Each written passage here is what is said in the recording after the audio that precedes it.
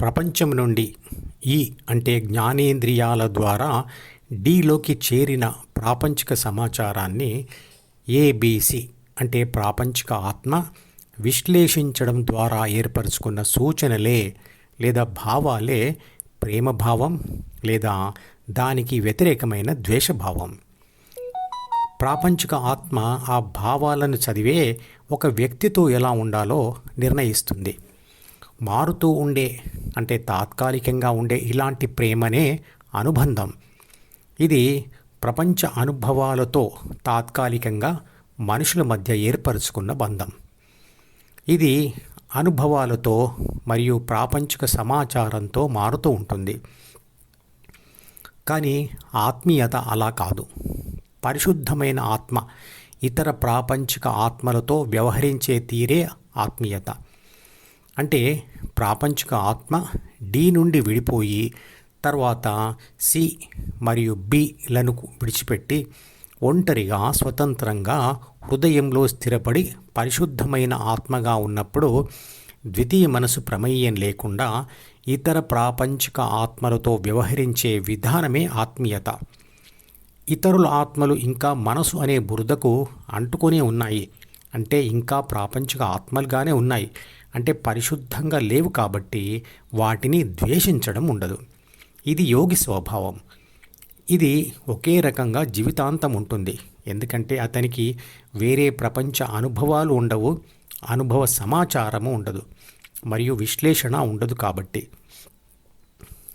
అనుబంధం ఆత్మీయత అంతా ఒక బూటకం, ఆత్మతృప్తికై మనుషులు ఆడుకునే నాటకం అంటాడు ఒక సినిమా కవి. కానీ అనుబంధం విషయంలో మాత్రమే ఈ మాట నిజం. ఆ సినిమా పాట లింకును ఈ వీడియో డిస్క్రిప్షన్లో ఉంచుతున్నాను, వినండి. భగవద్గీత 5వ అధ్యాయంలోని 18వ శ్లోకంలో కృష్ణుడు అంటాడు, పండితుడు అంటే యోగంలో పండినవాడు, అంటే యోగి ధ్యానంలో బ్రాహ్మణ దశలో ఉన్న వాడిని, ఆవును, ఏనుగును, కుక్కను, చండాలుడిని సమదృష్టితో చూస్తాడు. ఆ సమదృష్టి పేరే ఆత్మీయత. అందరిలోని ఆత్మ ఒకటే, అది తలలాంటిదే అని గ్రహించి దాని మీద దృష్టి పెట్టి అందరితో మరియు అన్నిటితో వ్యవహరించడమే ఆత్మీయత. రమణ మహర్షి గురించి చదివితే ఇది అర్థమవుతుంది.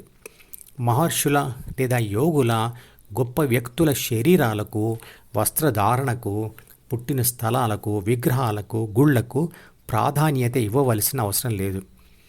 కానీ ఏ స్వభావం వల్ల వాళ్ళు గొప్పవాళ్ళుగా గుర్తించబడుతున్నారో మరియు దానిని పొందడానికి వాళ్ళు ఏ పద్ధతిని ఆచరించారో మరియు దేనిని మనకు వివరించారో ఆ పద్ధతిని మనం అర్థం చేసుకొని సాధన చేసి వారు పొందిన స్థితిని మనము కూడా పొందడమే మనము వాళ్ళకు చేసే పూజ లేదా ఆరాధన లేదా ఇచ్చే గౌరవం. భక్తులు యోగి లేదా సన్యాసి వేషం వేసుకుని ఎవరు ముందుకు వచ్చినా వారికి అమిత గౌరవం ఇస్తారు. మన యొక్క ఆ స్వభావమే యోగ సాధనను వదిలివేసి యోగి లేదా సన్యాసం వేసుకుని మోసం చేసేందుకు కొందరు యోగ సాధకులకు అవకాశం ఇస్తుంది. ఒక సినీ నటుడు సినిమాలో రాముడు లేదా కృష్ణుడు వేషం వేస్తే అతడికి దండం పెడతాము. అతనే ఒక విలన్ వేషంలో మన ముందుకు వస్తే దండం పెట్టము. మరి మనం పెడుతున్న దండం నటుడు వేసిన పాత్ర యొక్క వేషానికా, పాత్ర యొక్క స్వభావానికా, లేక నిజ జీవితంలోని అతని శరీరానికా, లేక స్వభావానికా? కృష్ణుడి స్వభావానికి నమస్కారం పెడుతున్నామంటే మనం తెలుసుకోవలసినది ఏమిటి అంటే కృష్ణతత్వం ఏమిటి, దాన్ని ఆరాధించడం ఎందుకు, అసలు స్వభావాన్ని ఎలా ఆరాధించాలి, ఆరాధన లేదా పూజ అంటే ఏమిటి, అది ఎలా చేయాలి, దాని ఫలితం ఏమిటి, ఇవన్నీ తెలుసుకోవాలి మరియు ఆచరించాలి. ఈ ప్రశ్నలన్నిటికీ సమాధానాలు మధుపదం యూట్యూబ్ ఛానల్ వీడియోలలో వివరించబడ్డాయి. మధుపదం యూట్యూబ్ ఛానల్లోని ప్రతి వీడియోకి ఒక నెంబర్ ఇవ్వబడింది. 1వ నెంబర్ వీడియో నుండి మొదలుపెట్టి వరుసగా చివరి వీడియో వరకు చూస్తేనే ధ్యానశాస్త్రం సంపూర్ణంగా అర్థమవుతుంది.